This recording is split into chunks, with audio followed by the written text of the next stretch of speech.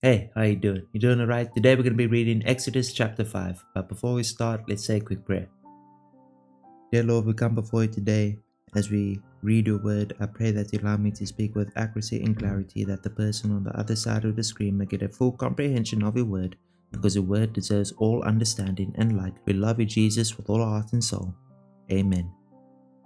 As the prayer, let's read Exodus chapter 5. Moses and Aaron speak to Pharaoh. After this presentation to Israel's leaders, Moses and Aaron went and spoke to Pharaoh. They told him, "This is what the Lord, the God of Israel, says. Let my people go, so they may hold a festival in my honor in the wilderness." "Is that so?" retorted Pharaoh. "And who is the Lord? Why should I listen to him and let Israel go? I don't know the Lord, and I will not let Israel go." But Aaron and Moses persisted. "The God of the Hebrews has met with us," they declared. "So let us take a 3-day journey into the wilderness so we can offer sacrifices to the Lord our God. If we don't, he will kill us with a plague or with the sword." Pharaoh replied, "Moses and Aaron, why are you distracting the people from their tasks? Get back to work. Look, there are many of your people in the land, and you are stopping them from their work." That same day, Pharaoh sent the order to the Egyptian slave drivers and the Israelite foremen, "Do not supply any more straw for making bricks. Make the people get to themselves, but still require them to make the same number of bricks as before. Don't reduce the quota. They are lazy. That's why they are crying out, 'Let us go and offer sacrifices to our God.' Load them down with more work. Make them sweat. That will teach them to listen to lies." So the slave drivers and foremen went out and told the people, "This is what Pharaoh says. I will not provide any more straw for you. Go and get it yourselves. Find it wherever you can, but you must produce just as many bricks as before." So the people scattered throughout the land of Egypt in search of stubble to use as straw.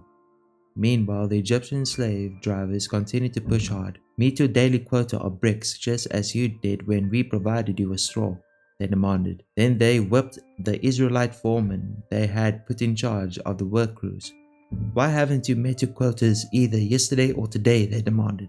So the Israelite foreman went to Pharaoh and pleaded with him. "Please don't treat your servants like this," they begged. "We are given no straw, but the slave drivers still demanded make bricks. We are being beaten, but it isn't our fault.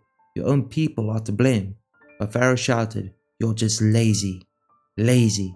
That's why you're saying let us go and offer sacrifices to the Lord. Now get back to work. No straw will be given to you, but you must still produce the full quota of bricks." The Israelite foremen could see that they were in serious trouble when they were told, "You must not reduce the number of bricks you make each day." As they left Pharaoh's court, they confronted Moses and Aaron, who were waiting outside for them. The foreman said to them, "May the Lord judge and punish you for making us stink before Pharaoh and his officials. You have put a sword into their hands, an excuse to kill us." Then Moses went back to the Lord and protested, "Why have you brought all this trouble on your own people, Lord? Why did you send me? Ever since I came to Pharaoh as your spokesman, he has been even more brutal to your people, and you have done nothing to rescue them." That is Exodus chapter 5. Hopefully you guys learned something today.